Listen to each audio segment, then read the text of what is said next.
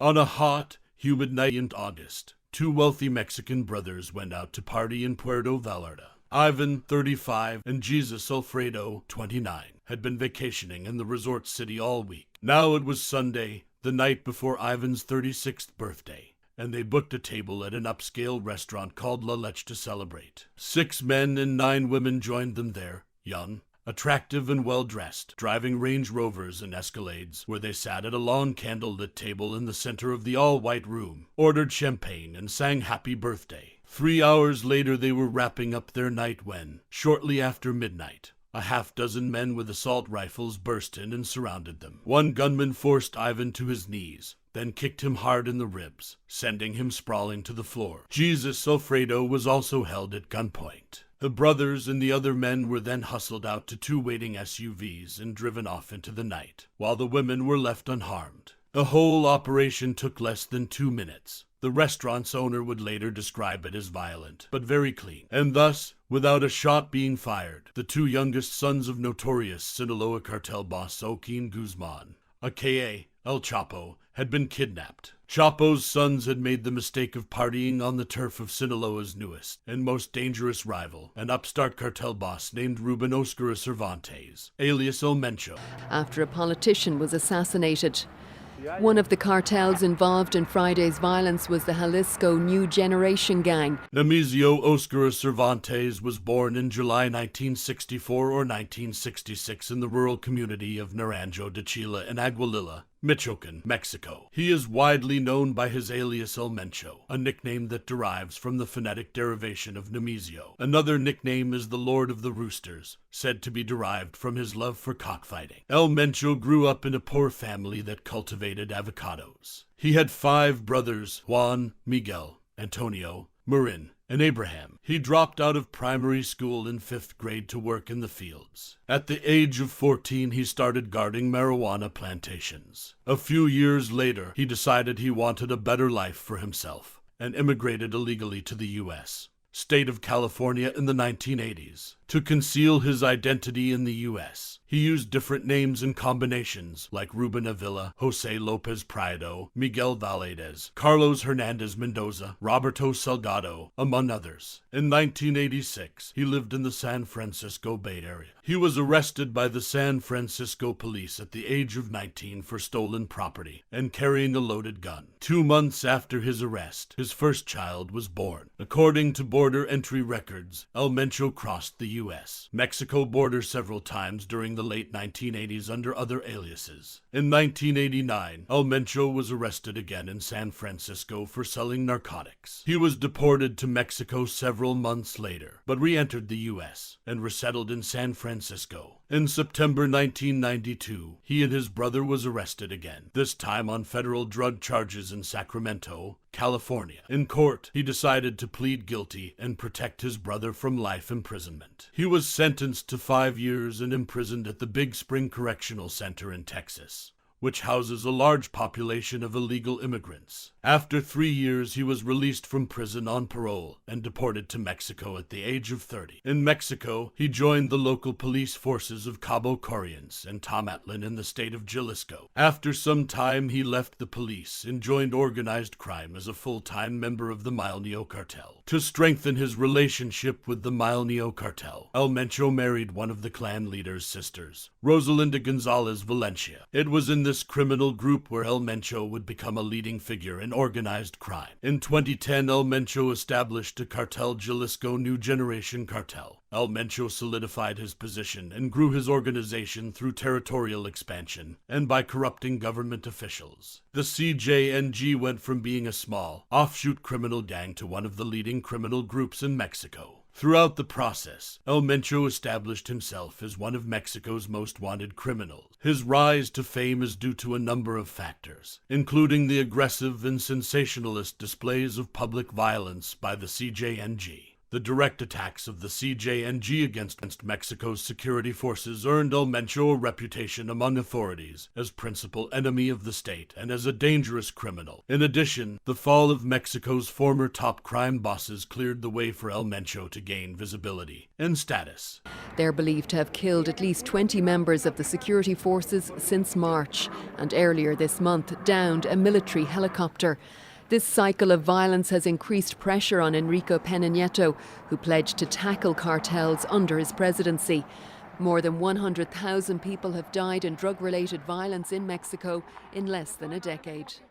On the 25th of August 2012, a unit of the Mexican Federal Police based in Tanea, Jalisco, responded to an anonymous tip stating that there was an organized crime cell present in a rural community close by. When the security forces got to the area, a shootout broke out between the two parties. 6 CJNG gunmen were killed in the firefight. Initial reports stated that El Mencho was captured in the operation, but the Mexican government later confirmed that he was not in custody. Other reporting stated the U.S. authorities had alerted the Mexican authorities based on their surveillance of the subject's girlfriend, who was importing meth at Gulfport, Mississippi. On the 19th of March, gunmen shot dead 5 police officers during an attack in Jalisco. The police chief of the town of Zacolco de Torres was also killed on Monday. On March 19, 2015, a detachment of federal police was on a stakeout in a Jalisco town called Ocotlan when CJNG gunmen ambushed it, killing 5 officers. 2 weeks later in Guadalajara, the cartel carried out an assassination attempt on Jalisco's Commissioner of Public Security, Alejandro Solorio, spraying his armored truck with more than 200 bullets. When we tried to strike back, Solorio said later, "They threw 2 grenades at us." Then, the week after Easter, the big one, a convoy of elite Fuerza Unica police was driving from Puerto Vallarta to Guadalajara when, around 3 p.m. on a winding 2-lane mountain road, it came across a burned-out car blocking its way. The convoy stopped, and that's when CJNG attacked, bombarding the pinned-down cops with machine guns and grenade launchers. 15 officers were killed in the bloodbath, the deadliest day for Mexican law enforcement in about a decade. CJNG suffered no casualties. A few weeks later, the Mexican army struck back with Operation Jalisco, a planned decapitation strike. In the pre-dawn darkness on Friday, May 1st, a detachment of elite SED&A paratroopers in federal police, carried by 2 EC-725 Super Cougar helicopters, descended on a ranch in southwestern Jalisco where Mencho was believed to be hiding. But once again, the cartel was waiting for them. As the first soldiers rappelled from a chopper, cartel gunmen in armored trucks and camouflage uniforms reading CJNG Special Forces High Command opened fire with assault rifles and Russian-made RPGs. One of the helicopter's rotors was hit, sending it crashing down in flames. 8 soldiers and 1 police officer were killed. The lone survivor, an intelligence officer named Ivan Morales, suffered burns to more than 70% of his body. The attack marked a deadly milestone, the first time a Mexican military aircraft had been destroyed by a cartel. In the hours that followed, Mencho doubled down on the terror, setting fire to dozens of hijacked buses, trucks, gas stations, and banks throughout Jalisco, snarling traffic and bringing the state to its knees. The U.S. consulate warned its citizens